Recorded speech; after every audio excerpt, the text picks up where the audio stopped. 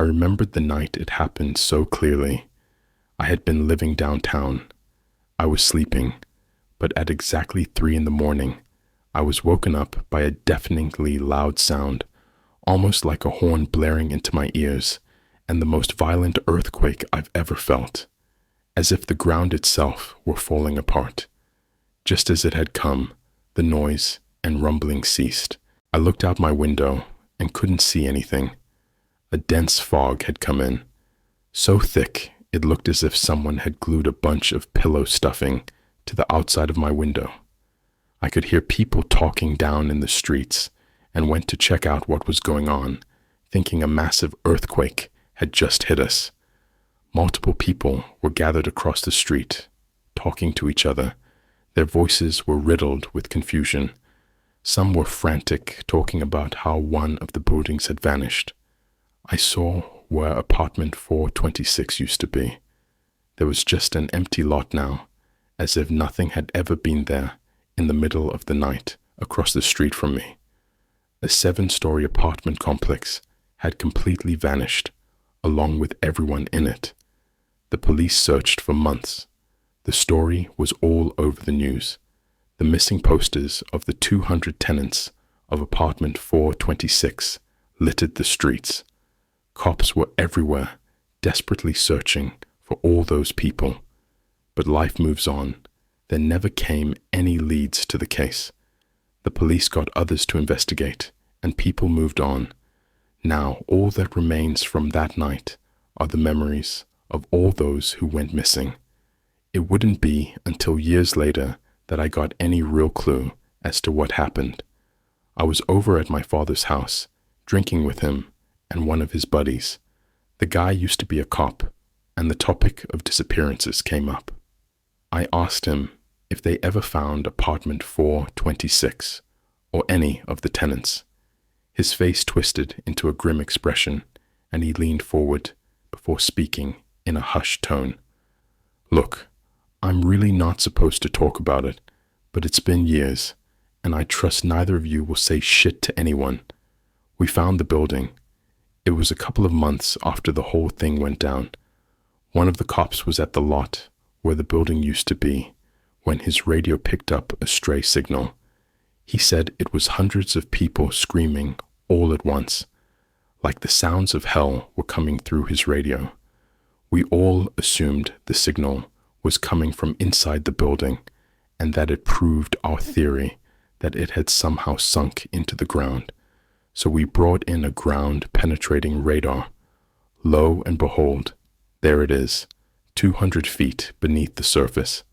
Funny thing is, we had already done scans when it first happened, and it hadn't been there. So why was it there now? Anyways, they drilled into it from a nearby metro station. It took them months. They weren't really hoping to find anyone alive. I mean, they knew how slim the chances were. If those people hadn't run out of food, they would have run out of air. I guess they just wanted to know what happened. The thing is, when they finally got in, it was completely empty. Not a fucking soul. This place was completely sealed. No exits. Trust me, they looked. It's as if everyone that was in the building just up and vanished without a trace. Well, that's not entirely true, because they did find one of them a couple of months later. They were excavating an old stone foundation in the old port when they hit something soft. Guy gets out, and there's just blood everywhere. The excavation shovel had cracked open one of the huge boulders, and there was a guy fused in there. It gets weirder, 'cause this guy's skin was fucking translucent, like they could see everything inside him, and shit. His blood was still warm, as if he'd just been alive. They're obviously freaking the fuck out and call the police, and they aren't really taking it all that seriously when they get there.